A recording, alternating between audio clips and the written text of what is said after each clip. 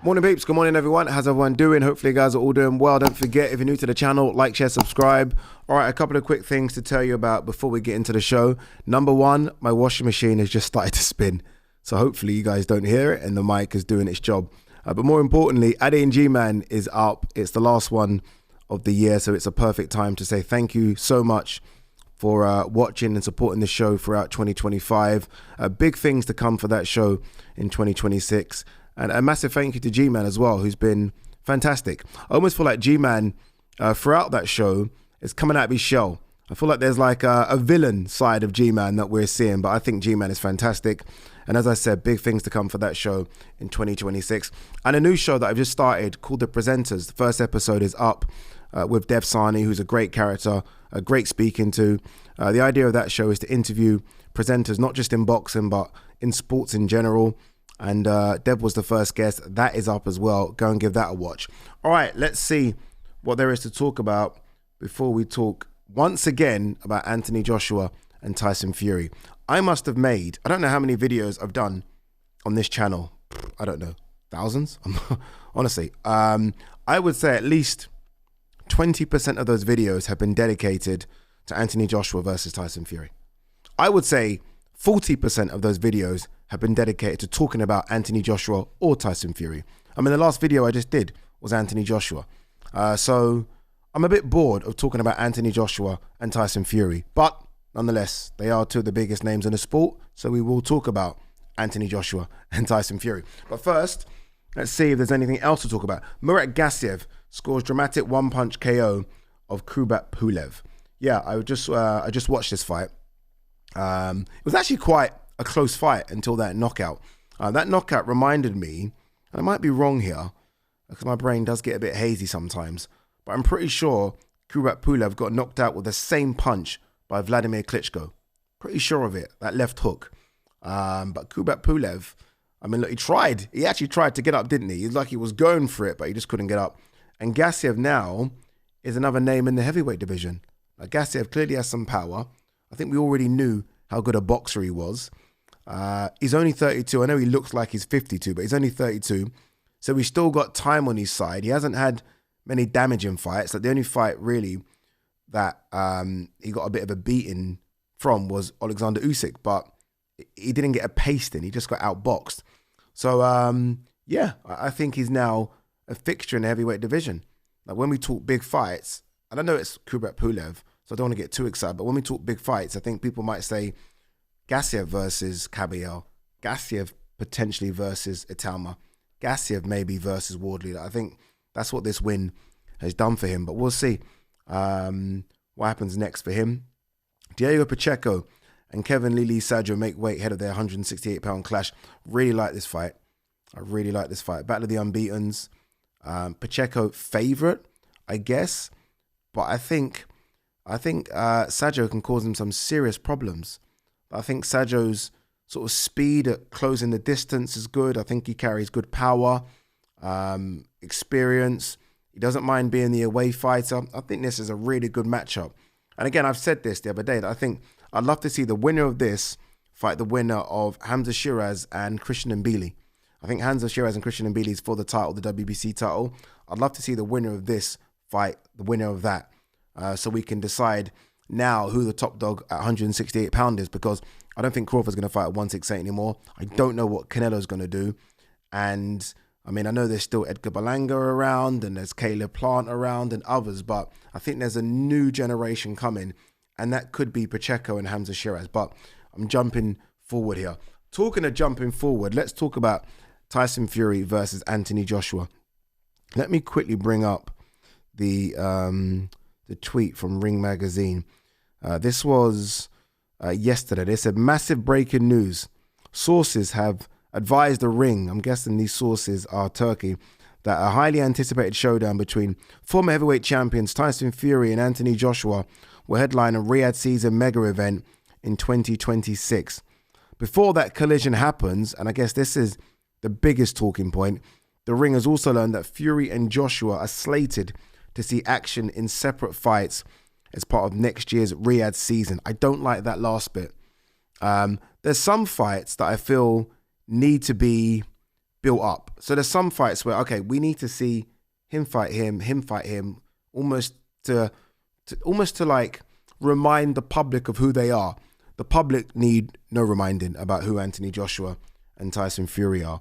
I don't understand why you would want to put banana skins in front of either, if I'm honest with you. We know AJ's doing the Jake Paul thing. That's fine. Fight Jake Paul. That's okay. That's not a banana skin. That's not a risk in my eyes. But anyone else in the top 20 at this stage of AJ's career represents a risk. It does. We've seen these banana skins in boxing so many times. Don't get me wrong. One that springs to mind is Wilder. When Wilder was supposed to fight AJ if he beat Parker. Parker's a big risk. They're not going to take that kind of risk with AJ. But again, I think anyone in the top 20 is a bit of a risk here. Fury, I'm a bit more comfortable with, because I still think Fury, on his day, is the second best heavyweight in the world. I do believe that. But I don't know why you want to roll the dice here. The fight is so big, just make the fight. It should be next.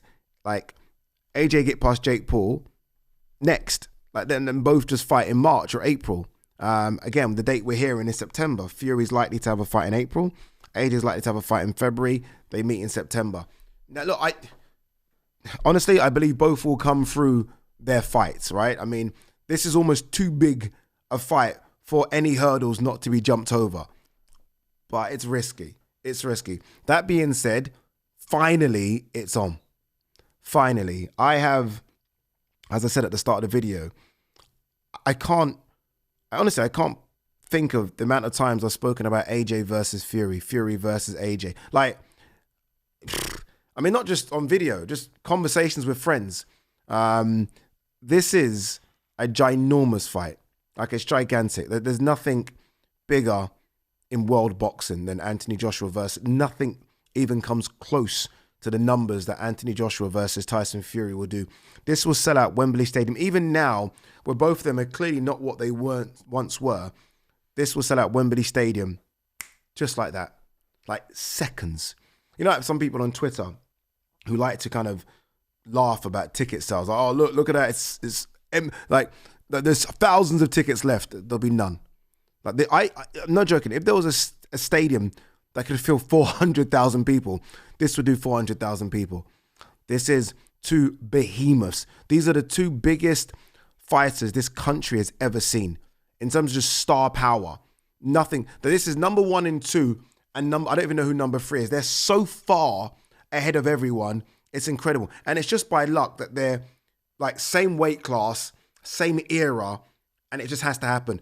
And what also is quite hilarious or funny or whatever is that both different promotional companies. Like, this is, I mean, Frank Warren's had so many stars. Tyson Fury's his biggest star. He's big, and Frank's had everyone. I mean, the Matchroom, Barry Hearn, Eddie Hearn have had bigger stars. Nothing like AJ. These are two giants of the sport. But this is one of those fights where, I mean, Conor Ben Eubank kind of did it a little bit, but this is a fight where, I mean, everyone is talking about it. This competes with any football match. And you know, football over here is just as big as fucking anything. This will be on the front pages. This will be on buses. This will be on taxis. I know I'm going overboard. This is how big this is. This fight is enormous. And it just has to happen. It just has to happen. It had to happen. Oh, God. You know, I just had a thought of, I'm probably going to do the face-off. Like, that's crazy, isn't it? I just literally thought about it. Like, 9 times out of 10, I mean, look, they might go elsewhere. I'd be gutted if they did. But there's a good chance that I do the face-off for Anthony Joshua versus Tyson Fury. There's a good chance I do the face-off for the biggest British fight in history. Jesus Christ.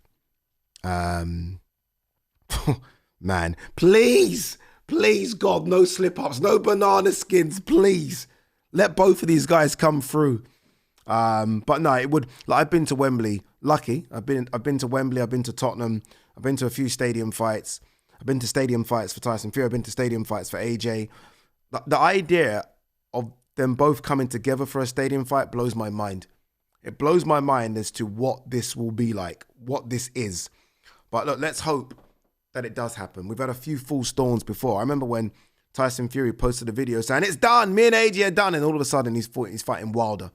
So there's been a few kind of like hiccups along the way. But look, really and truly, I still think it's a fight between two very, very good heavyweights. I've said this about AJ. If he can get his mind right, AJ, for me, is still a top 10 heavyweight. As I just said, I think Tyson Fury is the second best heavyweight in the world. So it's still very, very, very competitive. Do there need to be belts on the line? Absolutely not. I couldn't care less about a belt. I just want to see these two duke it out. And I think the fight will be very interesting as well. Obviously, look, we're a million miles away, so I'm not going to do predictions. But I think you guys know which way I'm going to be swinging. But look, we'll see how it plays out. Anyway, guys, girls, I've got to run. I've got a busy day. Peace and love.